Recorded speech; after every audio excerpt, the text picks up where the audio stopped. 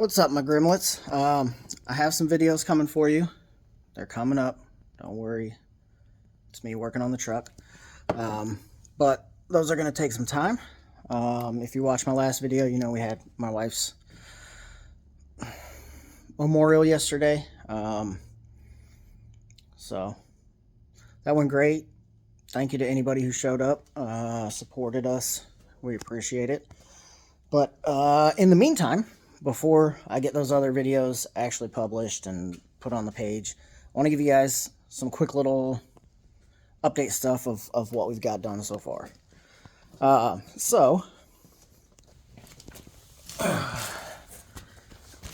do not have a video of this, but it is pretty straightforward. I will explain how the process of this.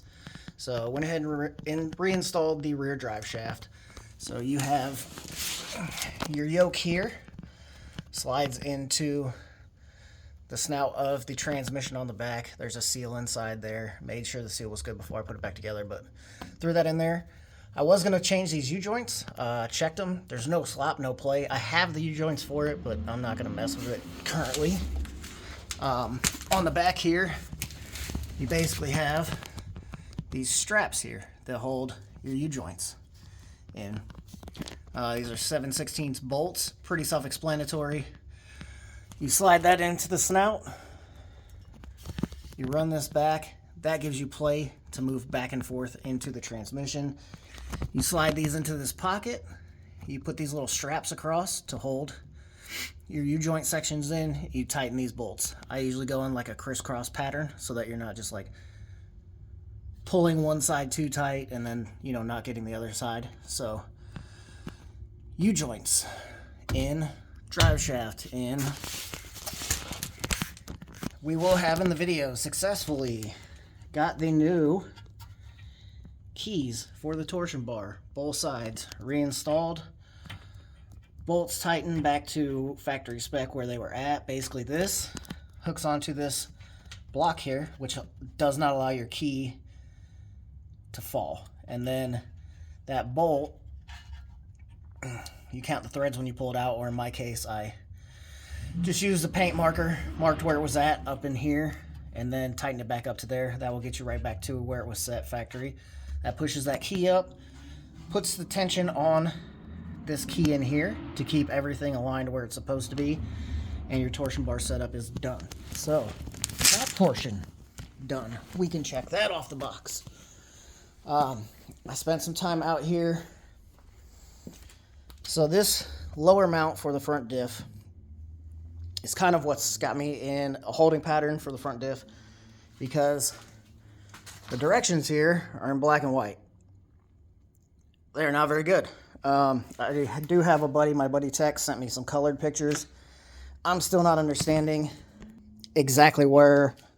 So the factory mount that is underneath here, you have to cut it in some fashion, and then this new mount takes its place, and then you end up having to drill a new hole to help mount this in. The kit comes with all the bolts and everything that you need, but I'm not exactly sure what I need to cut off that mount or how I need to cut that mount. So for the moment, what I am doing is actually, let me get this light cut on here so I can show you what's going on. So we took the drop mount here for the passenger side and got it installed. So this drops your mounting height down to compensate for the lift kit. On the front side, for the passenger side, it comes with these little dog ears, as I would call them. So basically it's got two different bolt holes. They supply you with a new hardware for this. So essentially that bolt goes through the factory mount hole, and then these bottom holes will drop that front diff to compensate for the lift yet again. So this mount here is the mount that I don't exactly know what I'm doing with, because essentially the lower portion of that diff used to slide in here and bolt in here. So some fashion, this mount either has to be cut off this way and then ground flush, and then you take the other mount in its place and it will bolt up here farther, I believe on the back side, allowing this, or actually it'll bolt right back here around the same point as this, which will drop that new mount down some. So what I am going to do basically is mount loosely this mount here, and then get this thing lined up and see what I need to do to make the other mount work. So basically what you are doing here is just figuring stuff out. This can be the most frustrating, hardest part about doing custom stuff. You know, lift kits, not my forte. I've never in my life done a lift kit. So this is all new to me. I will make a video of this because I want to put it out there in case, you know, you decide to do, and that's filthy, do something like this down the line. It'll give you at least a starter point. I may not do it right, but I'll make sure it works and it's going to be safe for him to drive. But I will have a video of that. I don't know if I'll get to that today or not. We did get our clutch line all ran. It's not bolted up, but it is ran to the slave cylinder. So that is yet another task completed. Essentially now we got to fill the reservoir here. And then when I can find time or get a buddy over here to help me figure out how to bleed this. I've also never bled a clutch, so looking at it, it doesn't seem that bad. There's a bolt on top. Looks like you build pressure and then you release that bolt, and since the fluid is lighter than the air should come out the top. I'm assuming that's how it's gonna go. I will watch a YouTube video, of course. That's what you do when you are stuck. And make sure that is the right thing. If you know, drop me a comment, man. I'm always down to learn from somebody who knows more than I do. Never underestimate the power of people, man. You have a question, someone has an answer or an idea. You know, I do a lot of winging it, you know. Like I said, I haven't worked in the garage in a long time. When I was working in a shop, when you're putting in, you know, 6 days a week at a shop, the last thing you want to do is come home and work on your own crap. It's just the facts of life sometimes. Another thing that I did is I pulled the broken brake line from the front to the back out, along with the fuel line. And what I have decided to do is, because obviously you still want to run a fuel filter, correct? I'm going to replace the factory fuel filter in here. I'm just going to get another one. I still have the bracket, so I can just simply put this bracket back in. I went ahead and cut the lines. This had some plastic or some rubber hose on the end, some really nasty metal line on this end. Since we are going carbureted, we're not going to have a return line, any of that. So I'm keeping the metal with the fittings that will fit right into a factory air fuel filter. And then I will just run your fuel rated rubber hose for the rest of the setup up to the carb and back. So, you know, did I have to clean this all up, get the rust off and paint it? No. Do I want him to be driving this and then this thing, you know, this way I know there's no pinholes, there's no nothing. It's not going to blow out. It's going to keep it from rusting anymore. So all I did was clean it up.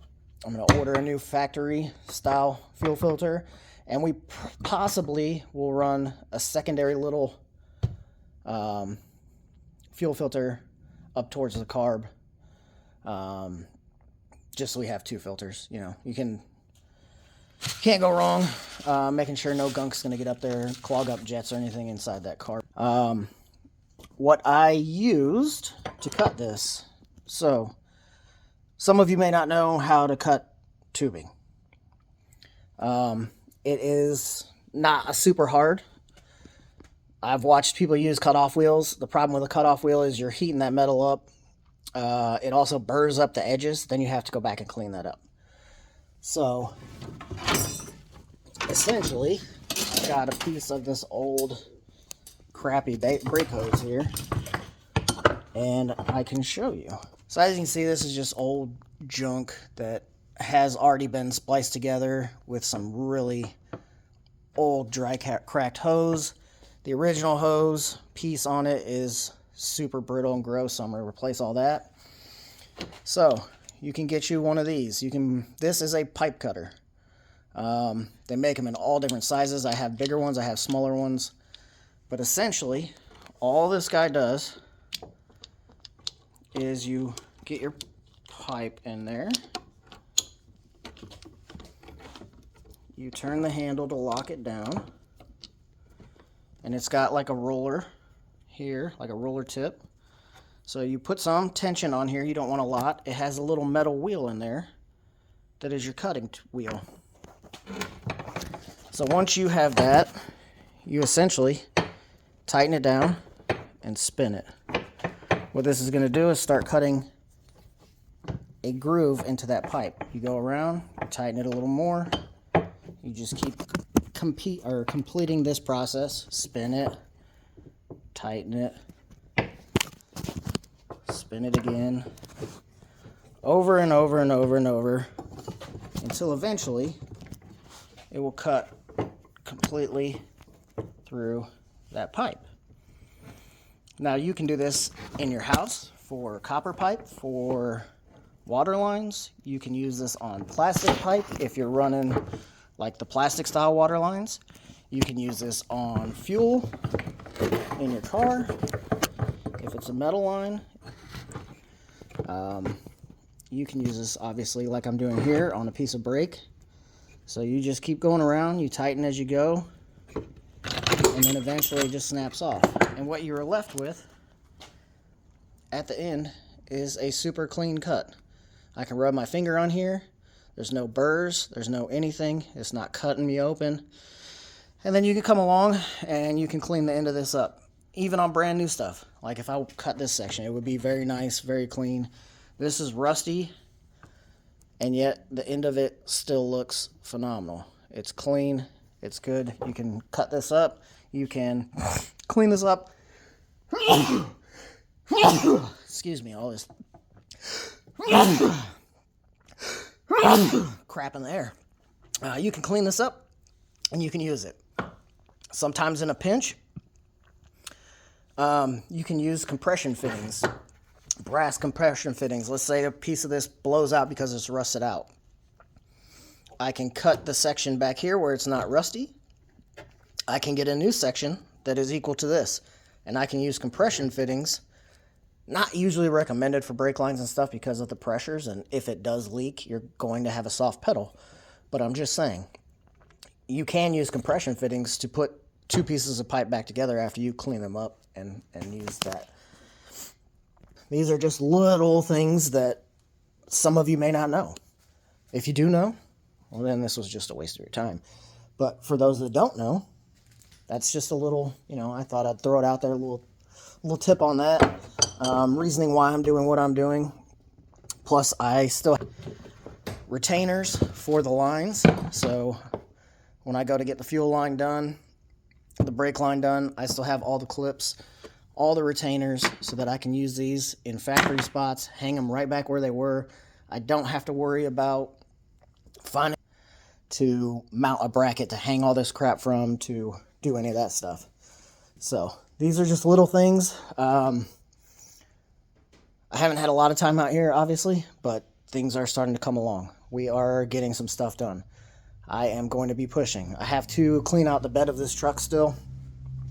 The problem is we have 20-something boxes of flooring in the back of this truck that we're going to be redoing the inside of our house with. I got to find somewhere to stash that, whether inside or I don't know. But there's a lot of crap I have to move. This truck bed actually, I bought it super cheap because the old one was just junk. This one is not in the greatest shape either. The people who had it before had slammed a truck and actually cut a section of the bottom out to clear the pumpkin because they had that truck so slammed. Off the old bed, I cut a panel out to the exact size, so I'm going to be trying to weld that back in if I can find it. I'm not even sure if it's in the bed of the truck. I think that's where I threw it, but there's a lot of crap in here, and I don't know until I get there. If not, I'm going to have to figure that out. But I am going to repair the hole in the floor. It needs a bunch of body work done on it. Body work kind of is the last thing that we're going to even attempt to mess with. This thing's probably not going to get much of any body work. It's just going to roll the way it is. It's going to be, you know, a spray painted black bed. This thing was repainted a super long time ago. The rockers are a little janky. They were replaced at one point already. Cab corners are still good, so we may end up doing, well, eventually we're going to be doing rockers. I will show you how to do that. It's been a long time since I've messed with a rocker, but it's pretty straightforward. We'll make a video on that. There's a bunch of spot welds you just got to drill out.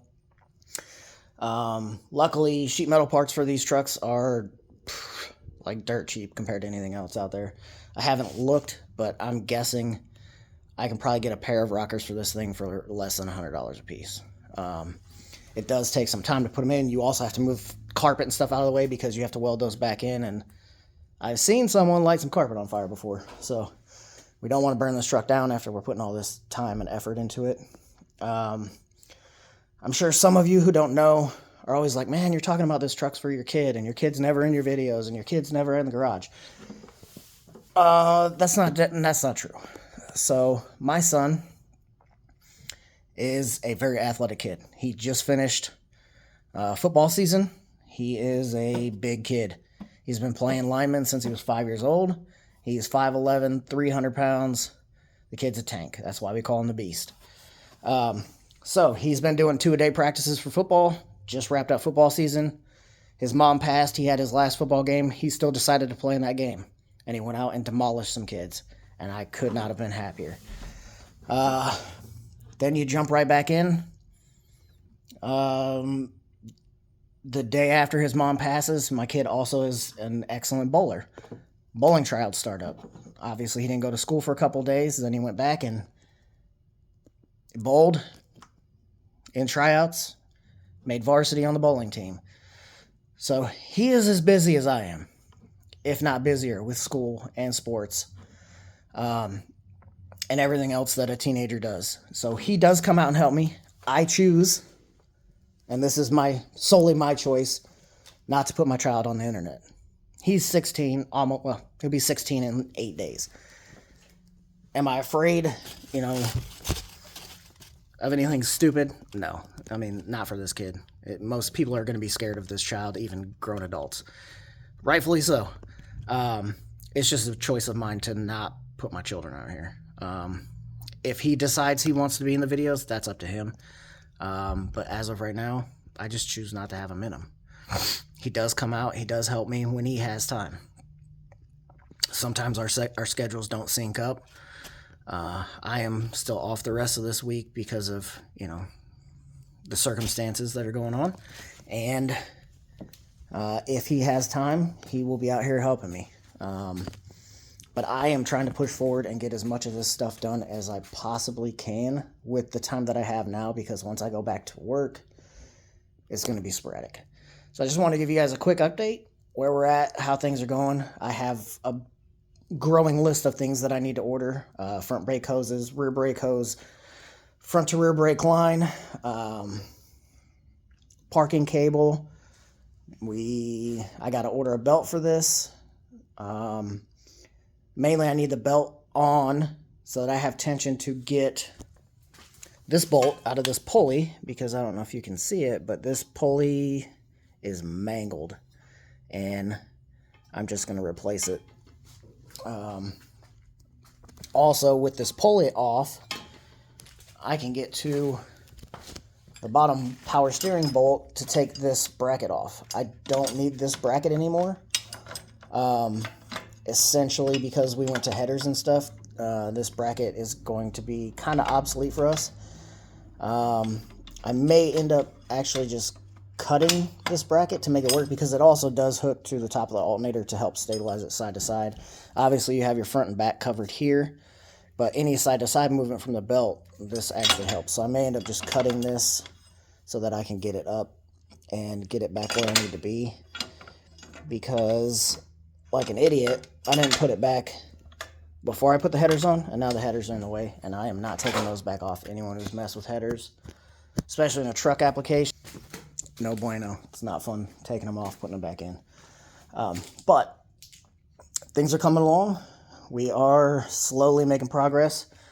Started working on tying up some of the wiring, figure out how I'm going to route stuff. So hooking up the lights together. All 4 of these lights are ran into one junction now. Have my positive negative set up. Obviously winch stuff over here that we're going to have to end up wiring up. I want to kind of get all the wiring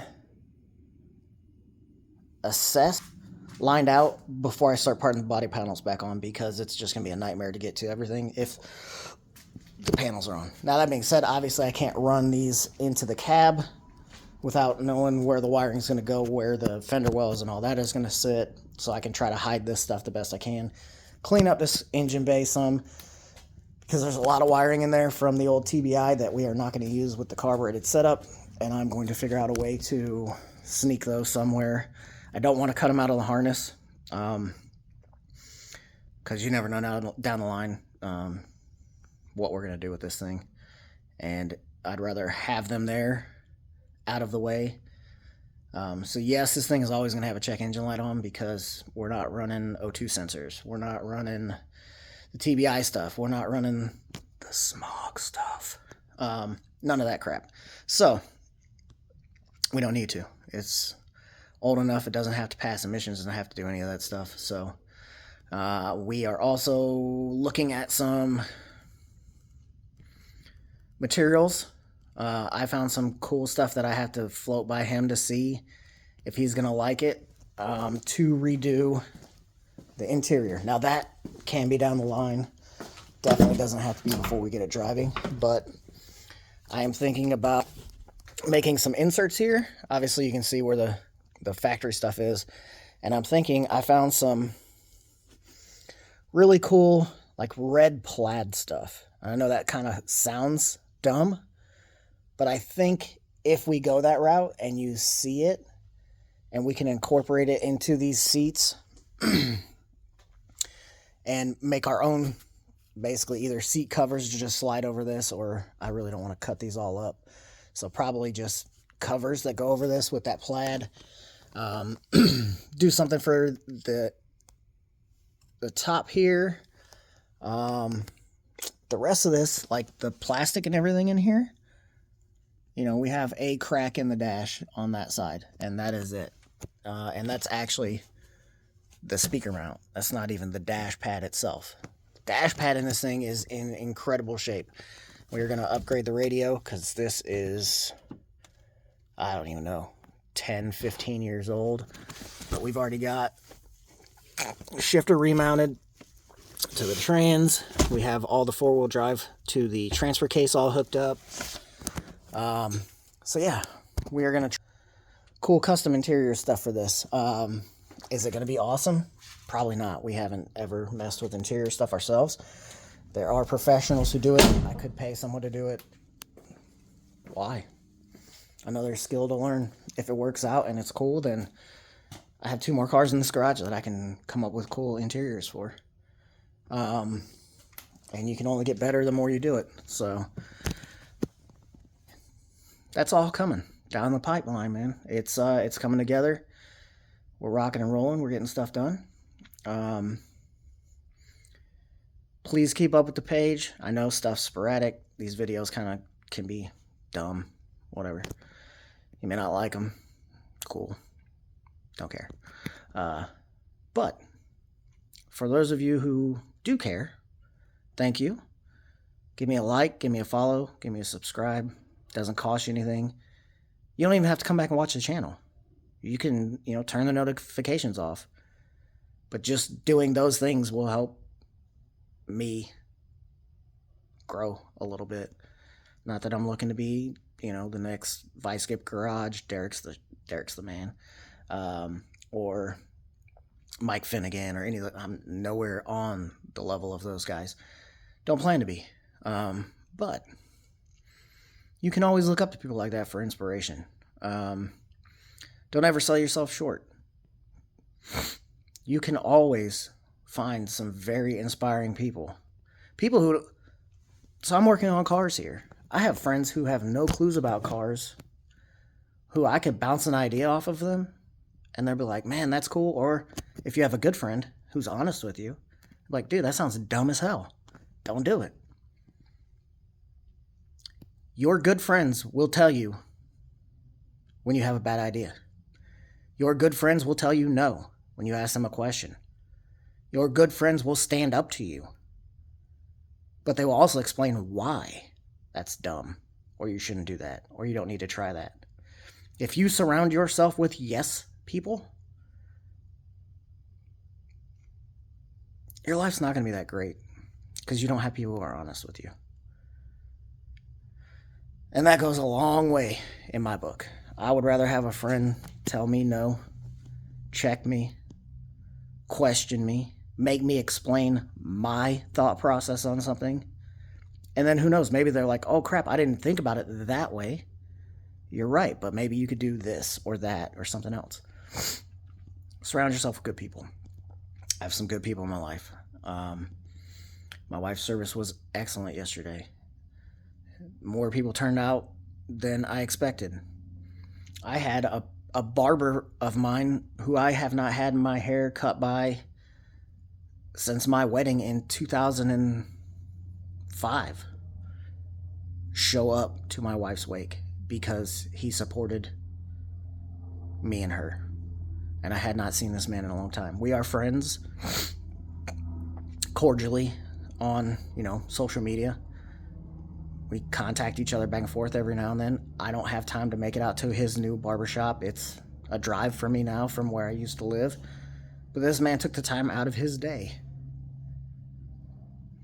to come to a dude's wife's memorial that he had not seen in almost 20 years.